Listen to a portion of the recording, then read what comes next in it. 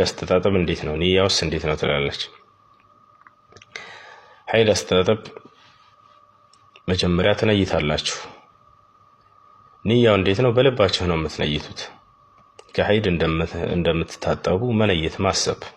ከትልቁ የነጃሳ አይነት ትልቁ ነጃሳ ይባላል ሀይድ ማለት ነው። እንዲሁም ጀናባም እንደተቃላይ ከሀይድ እንደምትታጠቡ በልባችሁ ማሰብ ብቻ በቂ ነው።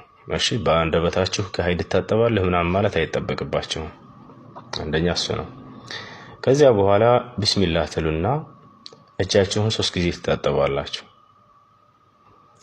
ከዚያ በኋላ እስቲንጃ ታደርጋላችሁ። ወይንም ያንን አጠቃላይ ከብልታችሁ አካባቢ ያለ የደም እንትን ማጽዳት አለባችሁ። ያን ከጨረሳችሁ በኋላ ውዱ ታደርጋላችሁ። ውዱን ከፈለጋችሁ መጨረሻ ላይ ማድረግ ትችላላችሁ።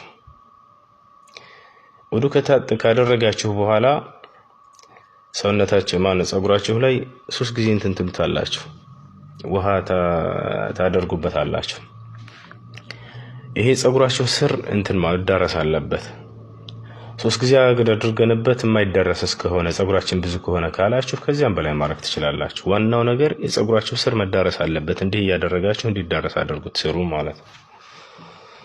ከዚያ በኋላ መታጠብ ነው። ስትታጠቡ ከቀኝ ጎናችሁ ታፈሳላችሁ ውሃውን።